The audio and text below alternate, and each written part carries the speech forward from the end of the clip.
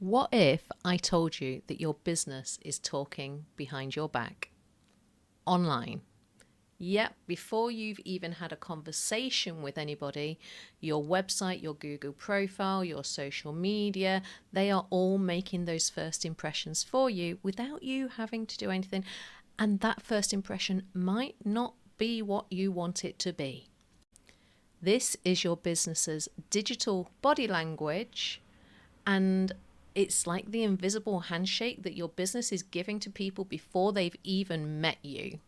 So today, let's have a little think about what your business might be saying about you when you're sleeping. Think about when you go to a networking event and you go up to somebody and you go to shake their hand and they kind of either don't offer you their hand back or their handshake is kind of like, meh. You think, well, my energy is not picking up on your energy, therefore I might not want to work with you. That is like somebody clicking on your website and it being really clunky and them not being able to get the information that they want. That's the equivalent.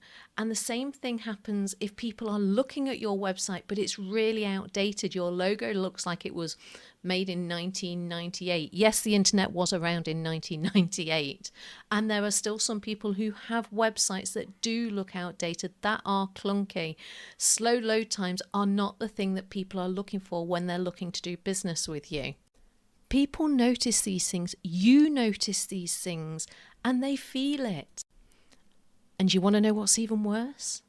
This all happens in less than half a second.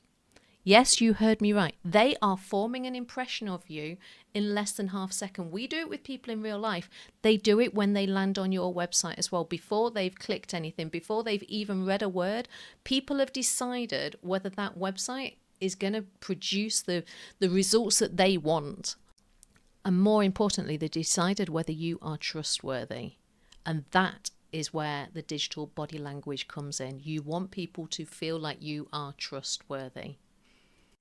Now let's consider what your business is saying about you behind your back without you even saying it. When was the last time you updated your blog? If you land on a website and the last blog post was 3 years ago, what is that saying? It's saying, I don't really give a monkeys about this part of my business. It's kind of saying that you don't care. It's kind of saying, I don't care about staying relevant. I'm good in my lane and I'm not willing to change as change happens and my business isn't evolving. And the same with your social media. If people are posting with generic captions that don't feel like them, it can kind of give the message that I'm posting because I know I need to. I'm not posting because I'm here to serve you. And at the end of the day, your business is here to serve somebody. And then think about accessibility. And you might think, well, what do you mean by that? Well, are your videos captioned like this one is?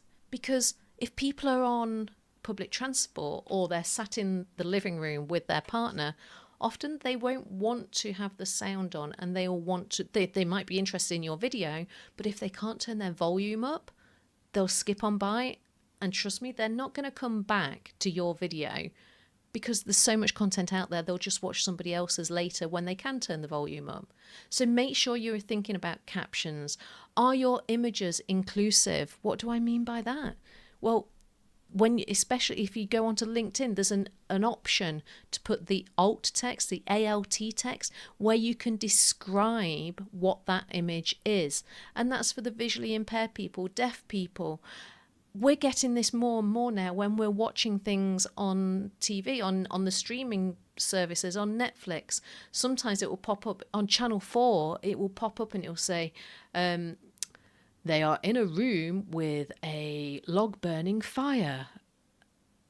And you kind of go, what? What was that? And it's just accessibility. It's inclusivity. And you can do this for your business. That's what I'm trying to convey. You've got to think about all these minute details that you might not have considered before. If you really want to show people that you do care, then get reviews, get the testimonials and share them. People aren't necessarily going to go looking for them, but if they see that you are sharing them, that's a really good sign for you. That's your digital, I nearly said body print. That's your digital body language doing the good work on your behalf, not the bad work. And then if you want to negate that, which you don't want to negate it, you want to keep with the positive. But if you get an email and it's taking you 3 days to respond to that email, what is that saying to that client? That's saying you aren't relevant. I haven't replied to you in 3 days. You know it yourself. If you're writing to a customer service representative for a company and you haven't had a response within 72 hours, you start tapping your fingers. You start thinking, I'm going to have to send another email. And if the people are having to send more than one email, that is not good customer service. And while we're talking about customer service, what do you do once people have purchased from you? So this digital body language isn't just on the front end, it's after people have purchased as well. What is the onboarding process like for them? If you're delivering things to them, do you put any little notes in there? Do you follow up with emails to try and get the testimonial and the reviews? What is the whole client experience like for them?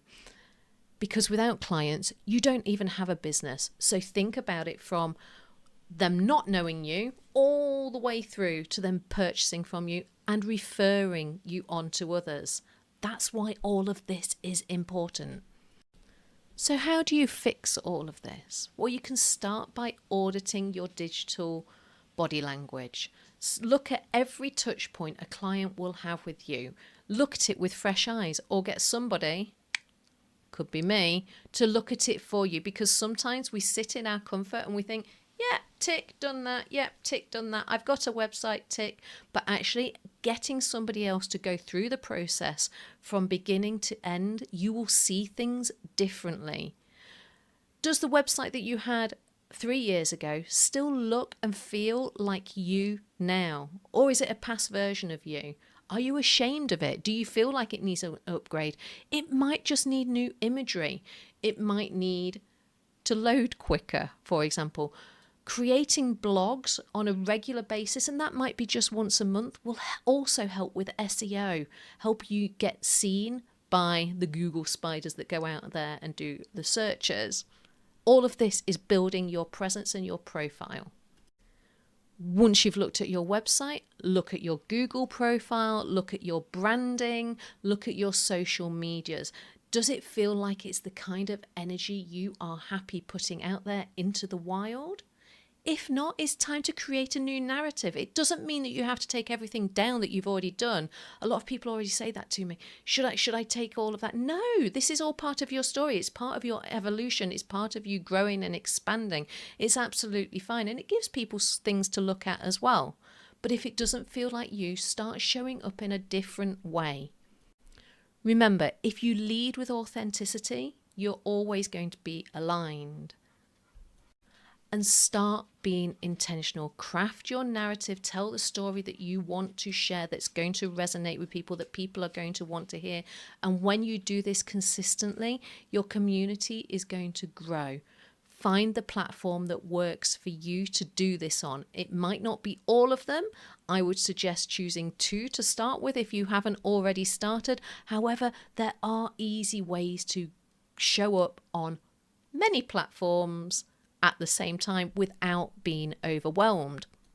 So here's your challenge this week. I want you to pretend that you are a new client, and I want you to audit your digital body language for your business. I want you to check all of those digital footprints and see all of those digital touch points, and see how it feels for you as a new customer to go through that process from the beginning all the way through to the end.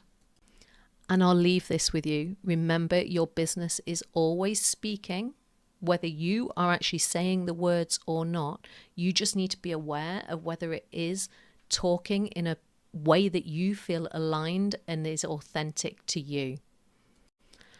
Make sure that your business is saying something that attracts clients. Now, if this has made you think about anything, one subtle energetic shift that you need to make in your business, do your part, leave a heart below. And I would also like you to comment with one thing that you know that you could do better on in your business, and then hold yourself accountable to it.